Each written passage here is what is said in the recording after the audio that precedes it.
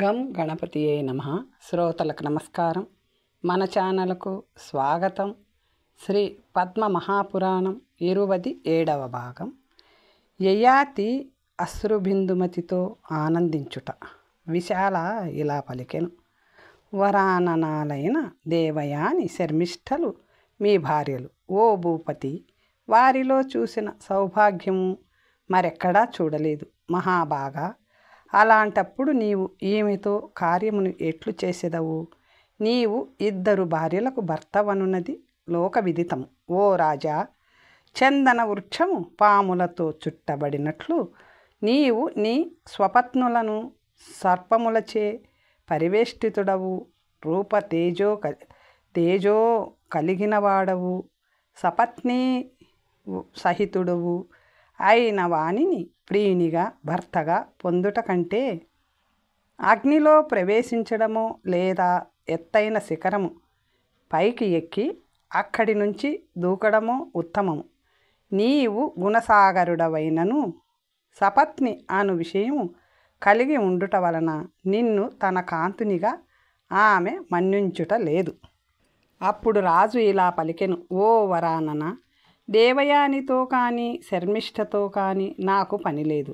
దీనికోసం సత్యధర్మ సమన్వితమైన నా కోశాగారాన్ని చూడు అనెను. అప్పుడు అశ్రుబిందుమతి పలికెను: ఓ రాజా, నేను నీ రాజ్యాన్ని నీ దేహాన్ని అనుభవించుదాననయ్యదను.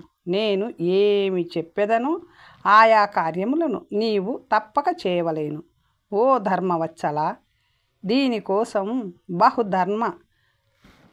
బహుధర్మ సమోపేతమైన అందమైన లక్షణలు కల నీ హస్తమును నాకిమ్ము, వాగ్దానము చెయ్యుమని అర్థం. రాజు ఇలా పలికెను: ఓ వరవర్ణిని, నీవు తప్ప నాకింకెవరూ భార్యలు ఉండరు. ఓ చార్వాంగి, సంపదలతో నిండిన నా రాజ్యమును అంతటినీ, ఈ భూమిని, నా శరీరాన్ని అనుభవించు. ఓ మంగళకరురాలా, నా హస్తం ఇచ్చుచున్నాను, స్వీకరించు. అంతా నువ్వు చెప్పినట్లే చేసేదను అనెను. అప్పుడు అశ్రుబిందుమతి ఇలా పలికెను: ఓ మహాబాగా, అలా అయినచో నేను నీ భార్యనయ్యదను. రాజేంద్రుడైన యయాతి ఆ మాటలను విని అతని కన్నులు హర్షముతో విప్పారెను. పుణ్య అయిన మన్మథపుత్రిని గాంధర్వ విధానములో పరిణయమాడెను. ఆ మహాత్ముడు నహూషుని పుత్రుడు ఆమెతో సాగర తీరములలోనూ వనములలోనూ ఉపవనములలోనూ రమించెను. యవ్వనముతో ఆ రాజరాజేంద్రుడు ఆమెతో పర్వతములందు రమ్యమైన నదులయందు రమించెను. ఈ విధముగా 20,000 సంవత్సరములు గడిచినవి. విష్ణువు ఇలా పలికెను: ఓ మహామతి, ఈ విధముగా ఇంద్రుని కోసం మన్మధుడు చేసిన పని వలన మహారాజైన యయాతి అశ్రుబిందుమతిచే మోహింపబడెను.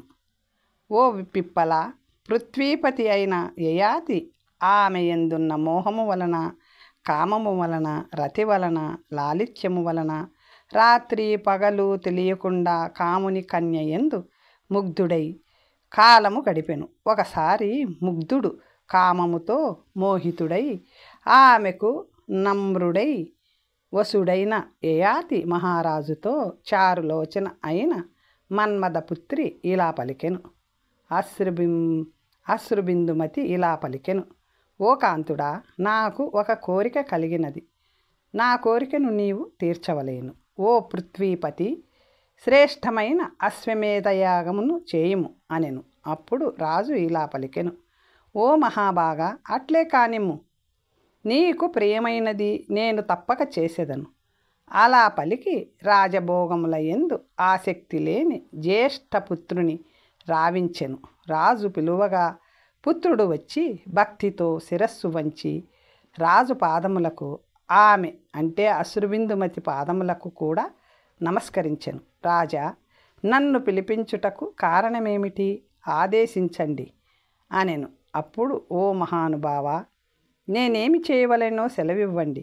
మీ దాసుడను మీ దగ్గరకు వచ్చాను అనెను.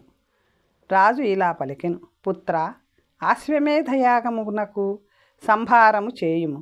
ద్విజులను పుణ్యవంతులైన ఋత్విజులను రాజులను ఆహ్వానించుము.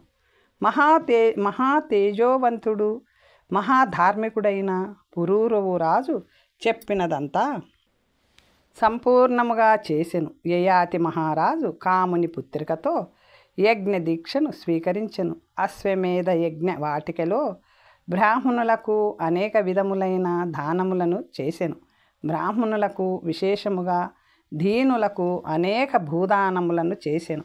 యజ్ఞము ముగిసిన పిమ్మట యయాతి మహారాజు వరాననతో ఇట్లు పలికెను. బాల, నీకు ప్రియమైనది ఇంకేమి చేయమందువో చెప్పు, సాధ్యమైనను అసాధ్యమైనను తప్పక చేసేదను అనెను. రాజు ఆ విధముగా అడుగగా ఆమె రాజుతో మరలా ఇట్లు పలికెను. ఓ మహారాజా, నాకిప్పుడు ఒక కోరిక కలిగినది.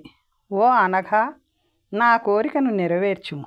సుప్రియమైన ఇంద్రలోకమును, బ్రహ్మలోకమును, శివలోకమును, అలాగే విష్ణులోకమును చూడాలనుకుంటున్నాను నేను. ఓ మహానుభావ, నేను నీకు ప్రియురాలనైనచో వాటినన్నింటినీ నాకు చూపించండి అని ఆమె కోరగా, ప్రియురాలైన ఆమెతో రాజు ఇట్లు పలికెను. బాగు సుందరి, పుణ్యమునే పలుకుచున్నావు ఓ వరానన. స్త్రీ స్వభావముతో, చాపల్యముతో, ఉత్సుకతతో ఈ మాటలు పలికి ఉంటావు. ఇది అసాధ్యమని నాకు తోచుచున్నది. ఇది కేవలము తపస్సు, పుణ్యము, దానము, యజ్ఞము వలన మాత్రమే సాధ్యము.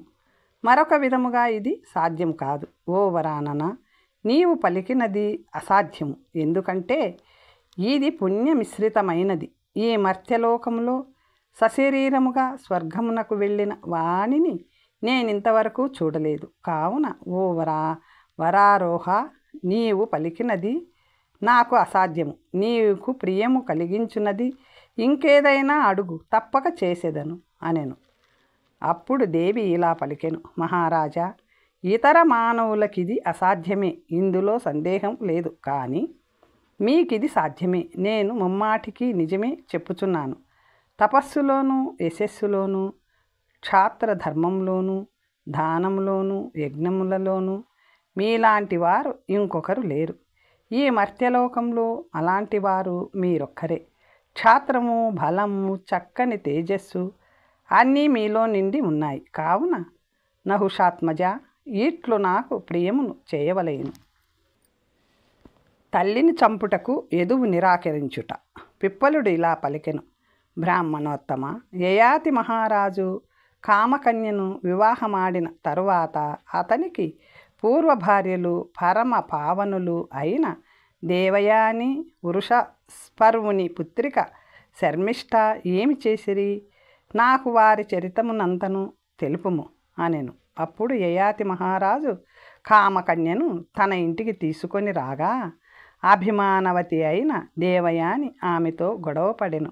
ఈమె కోసమే కదా క్రోధావేశుడై రాజు కుమారులిద్దరిని శపించినది అని పలికి శర్మిష్ఠను పిలిచి పెద్దగా అరిచెను. శర్మిష్ఠ, దేవయానులిరువురు రూపములో, తేజస్సులో, దానములో, సత్యపుణ్య వ్రతములలో కాముని పుత్రికతో పోటీపడిరి. శర్మిష్ఠ దేవయానులు దుష్టభావమును కాముని పుత్రిక తెలుసుకొనెను. తక్షణమే దానినంతయు రాజునకు చెప్పెను. అంతట మహారాజు క్రుద్ధుడై తన పుత్రుడైన యదువును పిలిచి, పుత్ర, వెళ్ళు, శర్మిష్ఠను, శుక్రుని పుత్రికను, దేవయానిని వెంటనే వధించు. నా శ్రేయస్సు కోరుకొని వాడవైనచో నాకు ప్రియము కలిగించున్నది చేయుము అని పలికెను.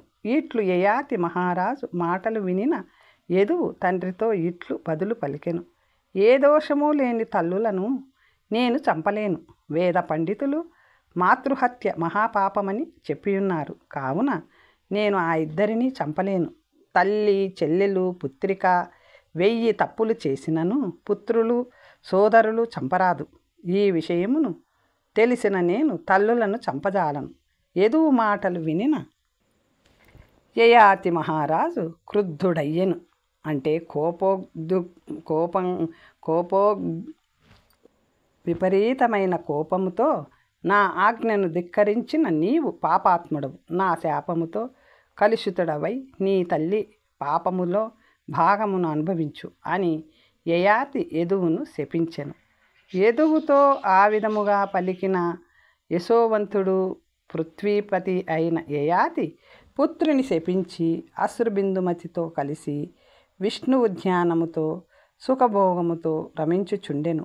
ఆ అశ్రుబిందుమతి కూడా అతనితో కలిసి మనస్సునకు నచ్చిన పుణ్యభోగములను అనుభవించుచుండెను.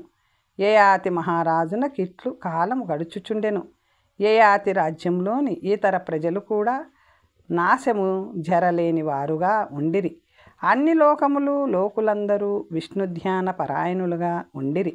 పిప్పలా తపస్సుతో సత్యభావముతో విష్ణు ధ్యానముతో ప్రజలందరూ మహానుభావులుగా సాధు సేవకులుగా సుఖవంతులై ఉండిరి. విధి బలీయమైనది. మహాప్రాజ్ఞుడైన ఇంద్రుడు మహాత్ముడైన యయాతి విక్రమమును బహుదానాది పుణ్యములను చూచి సదా భీతితో ఉండెను. అంతటా మేనకయ్యను అప్సరసను రాజు వద్దకు దూతగా పంపెను. వెళ్లే ముందు ఇంద్రుడు ఆమెతో ఇలా పలికెను. ఓ మంగళకరురాలా, ఓ మహాబాగురాలా, వెళ్ళి నా ఆదేశమును తెలుపుము. ఇక్కడి నుంచి వెళ్ళి కాముని కన్యతో ఈ దేవరాజు మాటలను చెప్పుము. ఏదో ఒక ఉపాయంతో యయాతి మహారాజును ఇక్కడకు తీసుకొని రమ్ము. ఇంద్రుని మాటలు విన్న మేనక అశ్రుబిందుమతి వద్దకు వెళ్ళి ఇంద్రుడు చెప్పినదంతయును అశ్రుబిందుమతికి చెప్పి వెంటనే స్వర్గమునకు వెళ్ళెను. మేనక వెళ్ళిన వెంటనే అభిమానవతి అయిన రతిపుత్రి ధర్మమునకు సంకేతమైన రాజుతో ఇలా పలికెను. రాజా, పూర్వము మీరు సత్యవాక్యములతో మీరు నన్ను తీసుకువచ్చితిరి. మీరు మీ చెయ్యిని నాకిచ్చి నాకు మాట ఇచ్చి నన్ను ఇంటికి తీసుకువచ్చితిరి. ఓ రాజా, మీరు ఇక్కడే నేను చెప్పినట్లు చేయవలేను. వీరుడా, నేను చెప్పినది మీరు చేయలేదు. అందువలన మిమ్మలను వదిలి నేను నా తండ్రి వద్దకు వెళ్ళెదను అనెను. అప్పుడు రాజు ఇలా పలికెను. శుభకరురాలా, నీవు చెప్పినదంతయు తప్పక చేసేదను. అసాధ్యమైనది వదిలి సాధ్యమైనది అడుగు అనెను. అప్పుడు అశ్రుబిందుమతి ఇలా పలికెను. రాజా, నీవు సర్వలక్షణ సంపన్నుడవని సర్వధర్మ సమన్వితుడవని నీవు అన్నింటినీ చేయగలవని అన్నింటినీ భరించగలవని సర్వధర్మములను ఆచరించగలవని పుణ్యకర్మలను సృజించువాడవని త్రైలోక్య సాధకుడవని మూడు లోకములలో సాటిలేనివాడవని విష్ణుభక్తుడవని విష్ణుభక్తులలో శ్రేష్ఠుడవని నేను తెలియదును. ఈ ఆశతోనే నిన్ను భర్తగా నేను అంగీకరించి తిని నిన్ను వరించి తిని. శ్రీ మహావిష్ణువు అనుగ్రహం కలవాడు. అన్ని చోట్లకు వెళ్ళగలడు.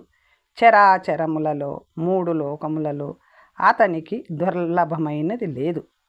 సువ్రత, నీకు అన్ని లోకములలో అసాధ్యమైనది ఏదీ లేదు. శ్రీ మహావిష్ణు ప్రసాదముతో మీరు గగనతలములో విహరించగలుగుదురు. ఓ పుడమీనాథ, మీరు ఈ మర్త్యలోకమునకు వచ్చి ప్రజలకు ముసలితనము లేకుండునట్లు తల నెరయకుండునట్లు మృత్యువు లేకుండునట్లు చేసితిరి. సకల జనుల గృహ ద్వారముల వద్ద కల్పవృక్షములను నెలకొల్పితిరి. వారి గృహములకు మునులను పంపించి సమస్త కోరికలను తీర్చి కామధేనువులను శాశ్వతముగా ఉండునట్లు చేసితిరి. ఓ రాజా, మానవులందరికీ సర్వకామ సమృద్ధులను శుభములను తాము చేసితిరి. ఒక్కొక్కరి ఇంటిలో వేల కొలది కూలీనులు కనబడుచున్నారు. ఇట్లు తాము మానవుల వంశవృద్ధిని కూడా చేసితిరి. యమునితో ఇంద్రునితో విరోధమును కల్పించుకొని మర్త్యలోకమును వ్యాధి పాపరహితముగా చేసితిరి. తమ తేజస్సుతో ఆత్మగౌరవముతో భూమిని స్వర్గముగా చేసితిరి. మీ వంటి మహారాజు భూలోకమున లేడని చూపితిరి. మీ వంటి మహారాజు ఇది వరకు పుట్టలేదు, ఇక ముంద పుట్టబోడు. తాము స్వధర్మ ప్రభాకరులని నాకు తెలుసు. కావుననే నేను మిమ్ములను భర్తగా వరించి తిని. హాస్యమును విడిచిపెట్టి నాతో సత్యమును పలుకుము. రాజా, మీలో సత్యము ధర్మము ఉన్నచో నాకు ఉత్తమమైన ఆకాశగతి లేదని చెప్పుము. సత్యమును విడిచి నీవు స్వర్గమునకు వెళ్ళినచో అప్పుడు మీ మాట కపటయుతమైన అబద్ధము కాగలదు. ఇంతవరకు తాము చేసిన శ్రేయస్సంతా నశించగలదు, సందేహం లేదు అనెను. అప్పుడు రాజు ఇలా పలికెను. శుభకరురాలా, నీవు సత్యముని చెప్పితివి. నాకు సాధ్యాసాధ్యములు లేవు. జగత్పతి అయిన శ్రీ మహావిష్ణువు అనుగ్రహము వలన నాకు అన్ని లోకములు సుసాధ్యములే. దేవి, నేను స్వర్గమునకు వెళ్ళకపోవుటకు కారణము వినుము. స్వర్గమునకు వెళ్ళిన పిదప దేవతలు నన్ను భూమికి వెళ్ళనివ్వరు. వరానన అప్పుడు నా ప్రజలైన ఈ మానవులందరూ నేను లేనిచో మృత్యువు పొందెదరు. కావుననే నేను స్వర్గమునకు వెళ్ళదలుచుట లేదు. నీవు నిజమునే చెప్పితివి అనెను. అప్పుడు అసురబిందుమతి ఇలా పలికెను. ఓ రాజా, నీవు లోకములన్నింటినీ చూసి మరలా ఇక్కడికే వచ్చేదవు. నాకు ఆ లోకములను చూడవలేనని గొప్ప కోరిక కలిగినది. ఆ కోరికను మీరు ఈరోజే తీర్చవలేను అనెను. అప్పుడు రాజు ఇలా పలికెను. నీవు చెప్పినవన్నీ చేసేదను, ఇందులో సందేహం లేదు. తేజోవంతుడు నహూషపుత్రుడైన యయాతి ప్రియురాలితో అట్లు పలికి తిరిగి ఇలా ఆలోచించసాగెను. నీటిలో ఎవరికి దొరకకుండా తిరిగే చేప కూడా వలలో బంధించబడును. వాయువేగము గల మృగము అంటే జింక కూడా బంధించబడుతుంది. 1000 యోజనములు ఎత్తులో ఉన్న పక్షి అంటే గ్రద్ద కూడా నేలపై ఉన్న మాంసమును చూడగలదు. అయిననా విధి చేతిలో చిక్కకున్నా నేను నా కంఠమునకు తగిలిన పాశమును చూడకపోయితిని. కాలము మంచిని చెడును కరిగించును. కాలము సమ్మానమును కలిగిస్తుంది, హానిని కలిగిస్తుంది. ఎక్కడున్న వారికైనా పరాభవమును కలిగించున్నది కాలమే.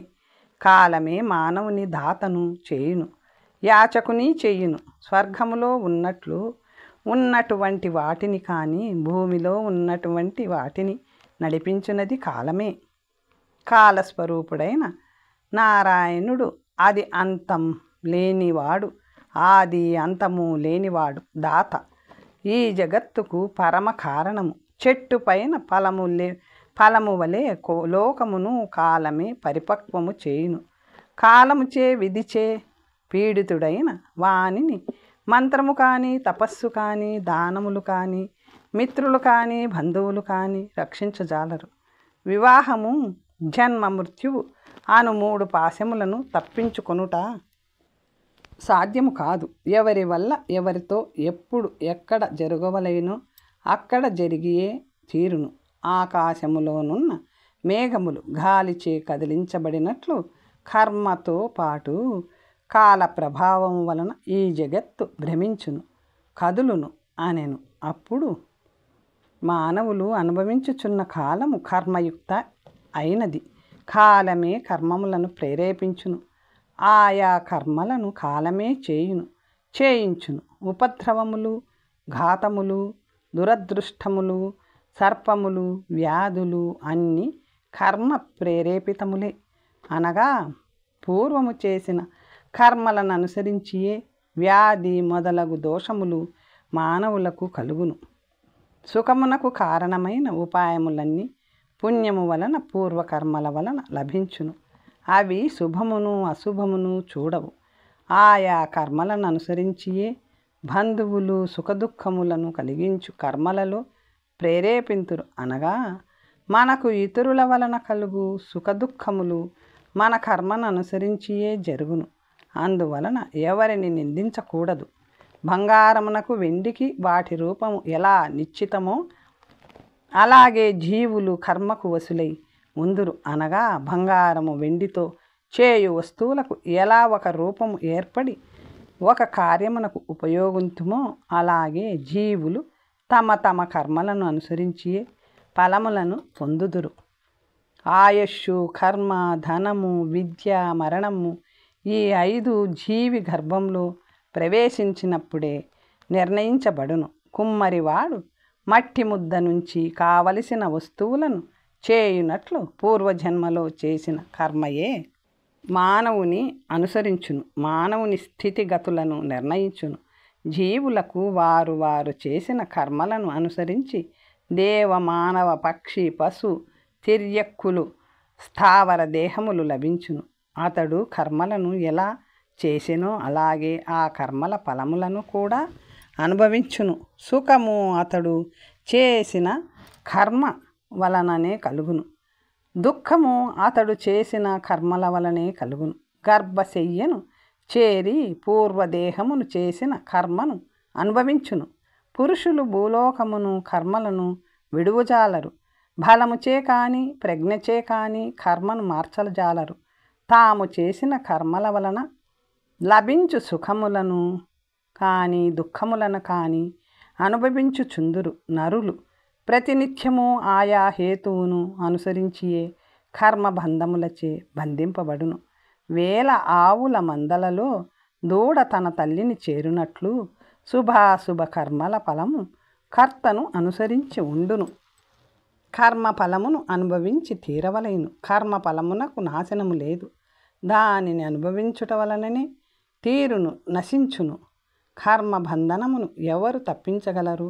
ఎంతో వేగముగా పరిగెత్తినను అది మన వెంటనే పరిగెత్తును. మనము నిద్రపోయినను పూర్వము చేసిన కర్మ మనతోనే నిద్రపోవును. కూర్చున్నచో మనతోనే కూర్చునును. నిలబడినచో అది కూడా మనతోనే నిలబడును. నడిచినచో అది కూడా మన వెంటనే నడుచును.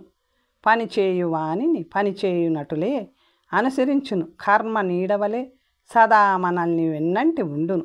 ఎండ నీడలు ఎల్లప్పుడూ పరస్పర సంబంధము కలిగి ఉన్నట్లే కర్త కర్మ చేసిన వాడు కర్మ పరస్పర సంబంధము కలిగి ఉండును. పూర్వజన్మ కర్మ ప్రేరితుడైన వానిని మాత్రమే గ్రహములు, వ్యాధులు, సర్పములు, శాకినీలు, రాక్షసులు పీడించును. ఎవరు ఎక్కడ సుఖమును కానీ దుఃఖమును కానీ అనుభవించవలేనో అక్కడికి దైవం వానిని బంధించి బలవంతముగా తీసుకొని వెళ్ళును. మనకు సుఖ దుఃఖములు కలిగించుటలో దైవము విధి మాత్రమే సమర్థుడు. నిద్రించినవాడు మేల్కొనినవాడు ఒకటి తలిస్తే దైవం మరొక విధంగా నశింపచేయును. శస్త్రము, ఆయుధము, అగ్ని, విషము, కష్టముల నుంచి పూర్వకర్మ ఫలము ననుసరించి రక్షించవలసిన దానిని రక్షించును. కర్మను అనుసరించి నశింపవలసిన దానిని విధి రక్షించదు. భూమిలో విత్తిన విత్తనము మొలకెత్తినట్లు భూమిలో ఉంచిన ధనం అలాగే ఉండునట్లు నిద్రించునట్లు జీవునిలో కర్మలు కూడా నిలుచును, ప్రభవించును. ప్రమిదలో నూనె అయిపోయినప్పుడు దీపము కొండెక్కినట్లు కర్మలు క్షీణించిన తరువాత, కర్మలను అనుభవించిన తరువాత ఆత్మ దేహమును విడిచిపెట్టును. కర్మ క్షయముని మృత్యువని బుధులు చెప్పుచున్నారు. వివిధ ప్రాణులకు సంభవించు వ్యాధులు మొదలగునవి మృత్యువునకు హేతువు మాత్రమే. అలాగే నేను పూర్వము చేసిన కర్మలకు ఫలము ఇప్పుడు వచ్చినది ఈ స్త్రీ రూపంలో. ఆ కర్మ నన్ను అనుసరించుచున్నది, సందేహము లేదు. పూర్వము నా గృహమునకు నటులు, నర్తకులు, నాటకములు ఎక్కడి నుండి వచ్చిరి? వారి సాంగత్యముతో జర నాలో ప్రవేశించినది. ఇదంతా పూర్వ కర్మకృతమే. కావున కర్మయే ప్రధానం. ఉపాయముల వలన ప్రయోజనము లేదు. పూర్వము దేవరాజైన ఇంద్రుడు మాతలిని నా కోసము దూతగా పంపించాడు. అయితే అతని మాటను నేను ఆచరించలేదు. ఇప్పుడు కర్మఫలం ఇలా కనిపించుచున్నది. ఈ విధముగా యయాతి చింతాక్రాంతుడై గొప్ప దుఃఖములను అనుభవించెను. ఈమె మాటలను ఈమెకిచ్చిన మాట ప్రకారము ప్రీతితో చేయనిచో నా సత్యధర్మ వ్రతము నశించును. ఇందులో సందేహము లేదు. కర్మననుసరించి జరగవలసినది జరిగి తీరును, విధి బలీయమైనది అని యయాతి మనసులో చింతించుచుండెను. సమస్త దుఃఖములను నశింపచేయు శ్రీకృష్ణుని శ్రీహరిని శరణు పొందెను. ఆ మధుసూదనుని మనసులో ధ్యానించి నమస్కరించి స్తుతించి, ఓ లక్ష్మీప్రియ, నిన్ను శరణు పొందాను, నన్ను రక్షించు అని ప్రార్థించెను. యయాతి పూరువుని రాజుగా నియమించెను. పరమధార్మికుడైన యయాతి మహారాజు ఇలా ఆలోచించుచుండగా వరానన రతిపుత్రి అయిన అశ్రుబిందుమతి ఇట్లు పలికెను. మహామతి, మహారాజా, తామిప్పుడు ఏమి ఆలోచించుచున్నారు? తరచుగా స్త్రీలు చపల స్వభావులుగా నుందురు, ఇందులో సందేహం లేదు. కానీ నేను చాపల్య భావముతో తమనిట్లు యాచించుట లేదు. ఈరోజు నేను తమ ప్రక్కన ఇట్లు చేయించుట లేదు. రాజేంద్ర, లోకమున ఇతర స్త్రీలు చపల స్వభావముతో చేయదగని దానిని లోభముతో మోహముతో లంపటులై చేయించున్నట్లు నేను చేయించుటలేదు. స్వర్గాది లోకములను దర్శించవలెనని హృదయంలో నాకు కోరిక కలిగినది. మానవులకు దుర్లభమైన దేవతల దర్శనము బహు పుణ్యప్రదం. అట్టివారి దర్శనమును చేసేదను. నా సాంగత్యము వలన నీకు పాపము దోషము కలిగినట్లయితే మీరు స్వర్గమునకు వెళ్ళవద్దు. మీకు దుఃఖము కలిగించు కార్యము నేను చెయ్యను. ఇతర ప్రాకృత జనుల వలె, అంటే మూఢుల వలె మీరు దుఃఖముతో చింతించుచున్నారు. మోహగర్తలో పడిన వానిని వలె ఎందుకు భయపడుచున్నారు? మీ చింతను త్యాజించండి. మీరు స్వర్గమునకు వెళ్ళును అవసరం లేదు. మీకు దుఃఖము కలిగించు కార్యం నేనెలా చేసేదను? ఈ విధముగా అశ్రుబిందుమతి పలుకగా యయాతి ఆమెతో ఇట్లనెను. ఓ దేవి, నేను యోచించుచున్న దాని కారణమును చెప్పెదను, వినుము. నన్ను నేనే అవమానించుకున్నట్లు నాకు అనిపించుచున్నది. నేను స్వర్గమునకు వెళ్ళినచో ప్రజలు దీనులయ్యెదరు. దుష్టాత్ముడైన యముడు ప్రజలను వ్యాధులచే పీడించును. వరానన, నీతో కలిసి స్వర్గమునకు వెళ్ళెదను. ఇట్లు ఆమెతో పలికి సర్వధర్మజ్ఞుడు జరాయుక్తుడు మహామతి అయిన పూరువును పిలిచెను. సర్వధర్మజ్ఞ రమ్ము. నీవు నిశ్చయముగా ధర్మమును తెలియుదువు. ధర్మాత్మ, నా ఆజ్ఞతో నీవు ధర్మమును చక్కగా పాలించితివి. పుత్రా, నా వార్ధక్యమును నాకిమ్ము. నీ యవ్వనమును తీసుకొనుము. కోశబల వాహనములతో కూడియున్న రాజ్యమును అనుభవించుము. సముద్ర పర్యంతము రత్నపూర్ణమైన భూమిని అనుభవించుము. గ్రామ వన పట్టణములతో కూడిన నేను ఇచ్చిన రాజ్యమును స్వీకరించుము. పాపరహిత దుష్టులను శాసించవలయును, సాధువులను పోషించవలయును. వత్స, ధర్మశాస్త్ర ప్రమాణముతో పాలన కొనసాగించవలయును. మహాభాగా, బ్రాహ్మణులను స్వకర్మతో యథావిధిగా భక్తితో పాలించవలయును. ఎందుకంటే బ్రాహ్మణులు 3 లోకములలోనూ పూజనీయులు. 5 రోజులకొకసారి కానీ 7 రోజులకొకసారి కానీ కోశాగారమును పరిశీలించు. బుధులను సంప్రదించు. నీ సైన్యమును ప్రాసాద ధన భోజనములతో గౌరవించుము. చారులు నీకు కన్నులు ఎల్లప్పుడూ వారి ద్వారా ప్రతిదినము జరిగిన విషయములు తెలుసుకొని నీ కర్తవ్యమును పాలించుము. నిత్యము దానపరుడవై ఉండుము. సలహాలు తీసుకునేటప్పుడు మంత్రములలో నియతుడవై ఉండు. ఎందుకంటే పండితులచే మంత్రము సదా రక్షింపబడవలయును. ఎల్లప్పుడూ నియతాత్ముడవై మనస్సును ఆధీనము కలిగి ఉండు. వేటకు వెళ్ళవద్దు. స్త్రీలను కోశమును మహాబలమును ఎన్నడూ విశ్వసించవద్దు. పాత్రులను అర్హత కలిగిన వారిని కళలను సదా సంగ్రహించు. యజ్ఞములతో ఋషికేశుని ఆరాధించు. పుణ్యవంతుడవు కమ్ము. ప్రజాకంటకులను ప్రతిదినము నశింపచేయు. ప్రజలు కోరుకున్నవన్నీ నిత్యము ఇవ్వవలయును. ప్రజలకు సుఖమును కలిగించుము. ప్రజలను చక్కగా పోషించవలయును. నీ వంశమును వృద్ధిపరుచుకొనవలయును. పరుల భార్యలతో ఎన్నడూ కలువరాదు. పరుల ధనమును ఆశించకు. పూర్వీకుల మార్గము ననుసరించు. వేదములను వేద శాస్త్రములను సదా చింతించుచు శాస్త్రాభ్యాస రతుడవు కమ్ము. పుత్రా, ఎల్లప్పుడూ సంతోషంతో ఉండుము.